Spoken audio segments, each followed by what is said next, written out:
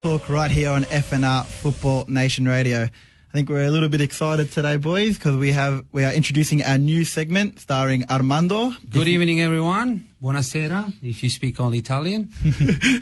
Armando has joined us before on our podcast before we were live, so again, another returnee, so thank you for coming back. That was a great show, guys. I watched it from behind the glass. Thank you. I did not do anything to make you laugh. You helped laughing him, by you yourself. helped him, Right? It was him looking He at me, didn't want to and I tried to give him wrong answer. Yes, no, mate, you know. We were playing games with you out there. So like I said, we're going to go a new segment. So Armando, you can talk us through what you will be doing. All right, guys. Over the So next 10 weeks. welcome. We had decided to do a segment to tell you the story behind the movement of the Ultras. As many of people that know me through the social media, classify myself as living Ultras, Stile di Vita, as we decided to call this segment.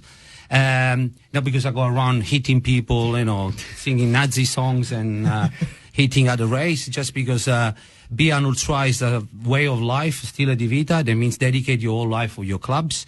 And I want to do this bit of segment to show people outside there that is not just the violence and the negativity that TV shows you. There is a way, way, way big story behind.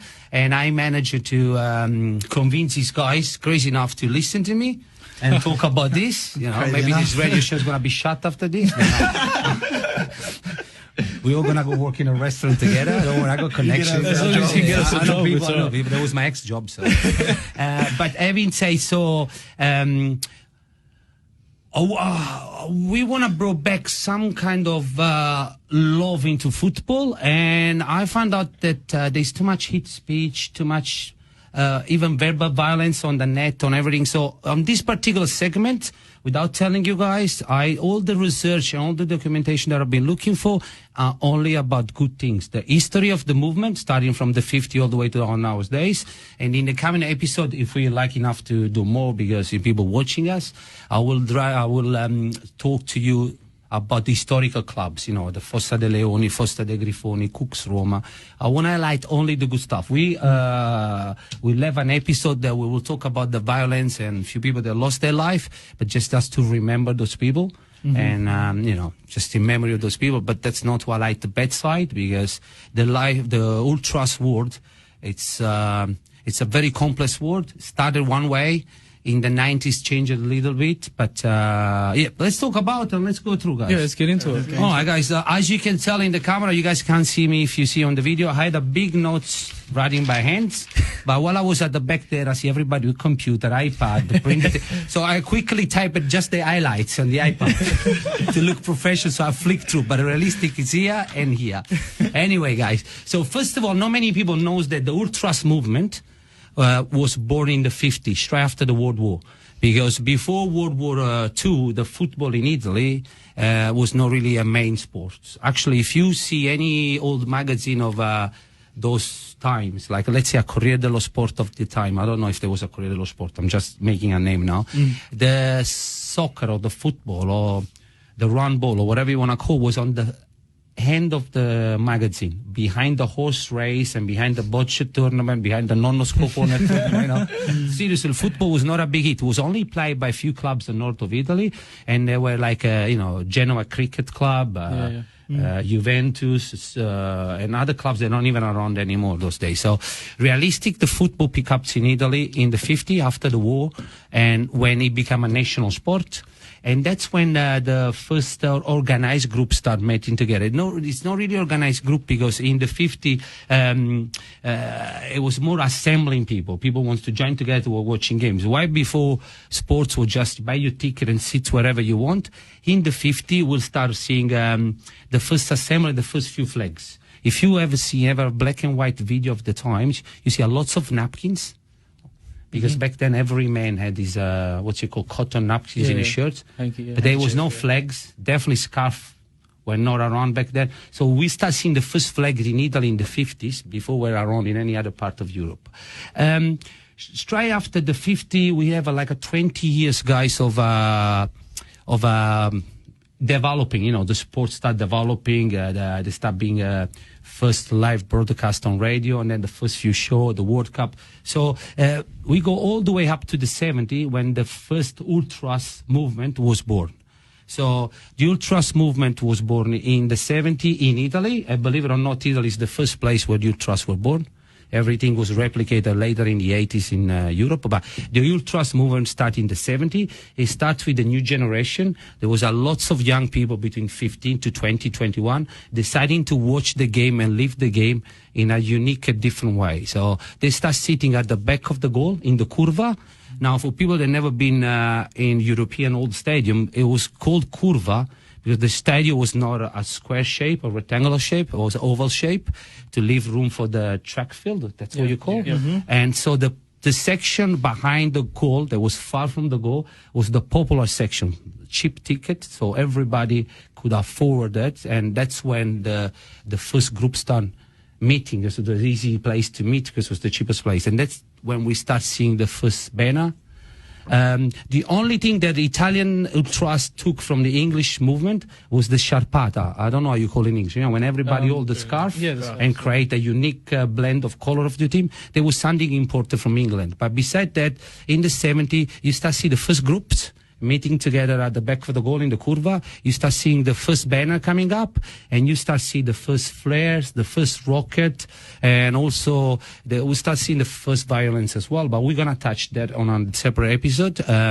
But the 70s was the hardcore of football. And I think if you think about football in general, 70 going to 80s, it's where all our memory is, you know. You got to remember all the greatest players from the 70, 80, 90 coming up. You hardly remember any great player from the 60 or 50. You know? Right. And just because football was not globalized yet. And globalized is a bad word coming from me. So this is the 50 and the 70. If you guys gonna stop me or any question, do it now or shush forever. No, no, because I can keep going forever. So what happened in the 70s also, when you start seeing those groups political start coming into stands. And it's funny that those days you hear people on chat, on Facebook and Instagram commenting, political should never come to football, should stay away. While there's been political has been a huge presence in the crown since the 70s. And that's because the oldest youth movement starts in the 70s as well, you know. The Figli dei Fiori, the hippies, you know. They got everything. So that's when the first political point was brought in the 70s. And what's happening is you will have sides using Che Guevara flags and sides using arms flags because they were far left or far right, you know, depending from the area they grew up, from the city, the political view where they grow up, the family environment, everything. So you start seeing all these major groups, and that's the beginning of two things. Friendship, which is called gemellaggi, and keep this in mind, guys, because later on in the 90s, this become important that you remember that the gemellaggi and first rivalry between groups starts in the 70s, and they were due to political view, and also if you popular with the Italian history, you know that we are not a United States. We are all little units, and it's called campanilismo. So normally we put our city before our region and before our national, you know. So that's when everything started, for political view and for campanilismo. But the violence started because back in the 70s there was not a particular area allocated to the fan. So the fan were all sitting together. There was not, it was not really something that fan were going away that much back then. And so they could sit anywhere. And that's why when the political get involved and the campanilismo get involved, they start having the fights. So later on, we start having the stadium be separated, away supporter, different, kind of separation, like a gates, glass, and net. If you remember, back in the 80s, the nets were huge to separate people. But that's when the real hardcore ultras movement started. And later on, in the early 80s, got picked up by the rest of Europe. So guys, besides making, the born place of the pizza, the pasta, the wine, and all these beautiful things, also the born place of ultras, which sticks to Italian and everything. Everything good Italian. And even if it's not, I'll make it. Because the iPad says so. So then in the 80s, which when I grew up and I learned my way of life, it was the boom of the ultra movement. So pretty much the iPad went off, so I'm going to go to the page here, which is better anyway. The 80s was the boom. So if you remember, I said the 50, the beginning. actually the 50 was the born of the tifo organizzato. Tifo means the supporters. Instead to go there, buy your ticket, sit down, watch the game and go home, they start sitting together. And then in the 70s, you got the born of the ultra. In the 80s was the boom. Because while in the 70s, you only had few groups present in few Serie A teams. Like I mentioned to you before, you have the Fossa dei Leoni, Fossa dei Grifoni, Cuccus Roma, Cuccubi Napoli, you can name it few. In the 80s, the movement starts spreading all over the nation and all over the league. So you start having ultras moving in Serie A, Serie B, Serie C, and other leagues, which makes this become one of the biggest movements in Italy that was not unified because we've never been unified, but was one thing that everybody shared, the passion for football. Mm-hmm. That's when the game was all on Sunday at 3 o'clock. That's when, it became cool to go watch the game away. Actually, in the 80s, it's when the Trasferta became an icon for an ultras.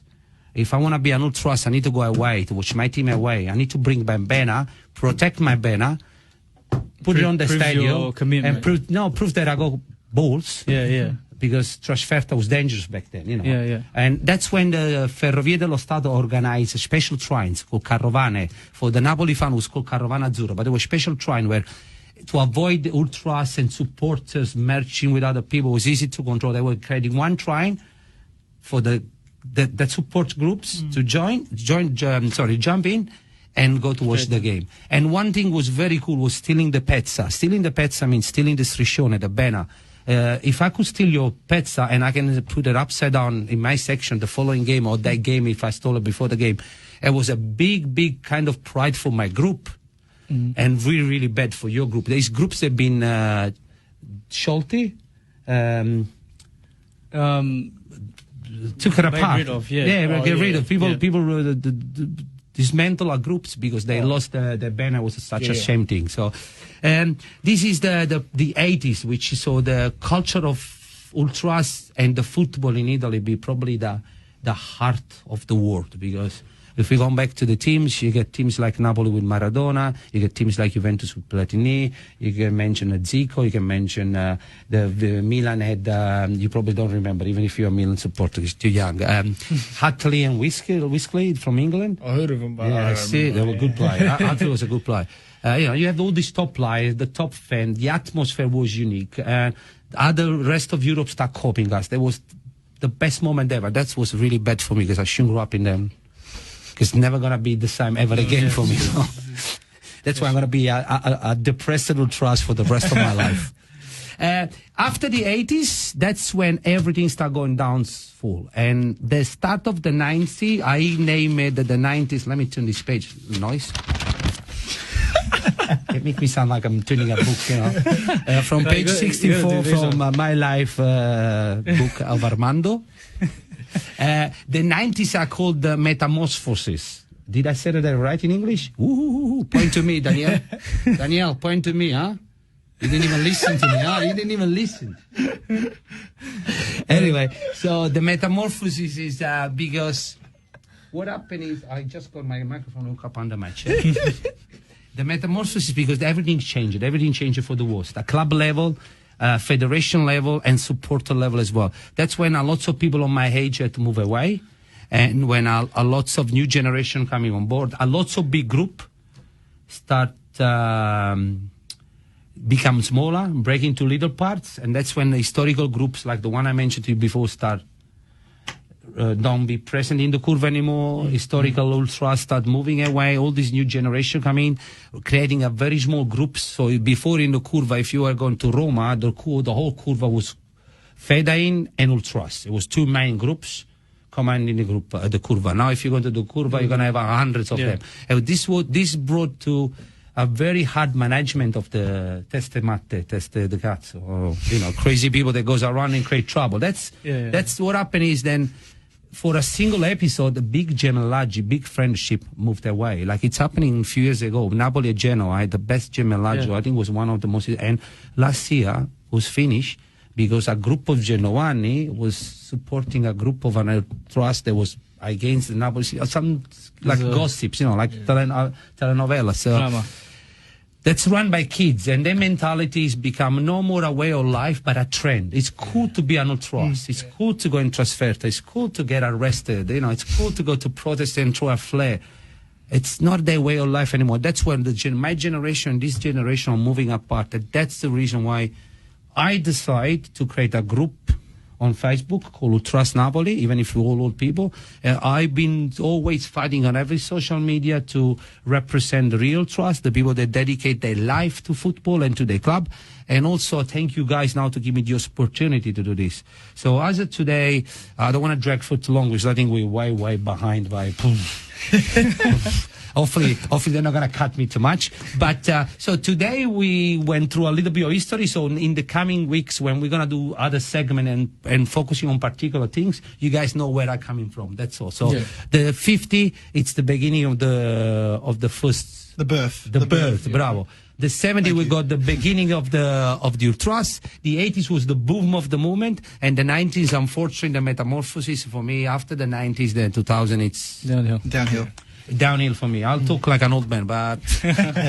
No, thank you. We're really looking forward to this. We're looking forward to all the team. I promise you guys I'm going to come with everything on the iPad now that I know they're all your smart and technical kids.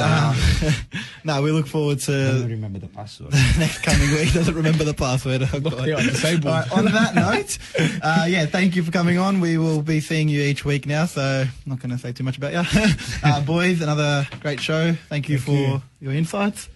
You guys want to say goodbye to the fans? Say goodbye. Goodbye, guys. Josh for helping us. Thank you to D10 for coming on. Really great supporter of us, so we thank you. You should mention him a few more times. Okay, and D10, thank you again. Follow him on Instagram. You won't be sorry.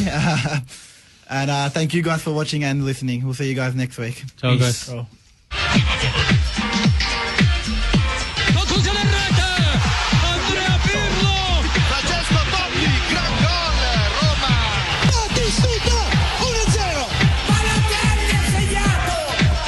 Listening to Calcio Talk on FNR, Football Nation Radio.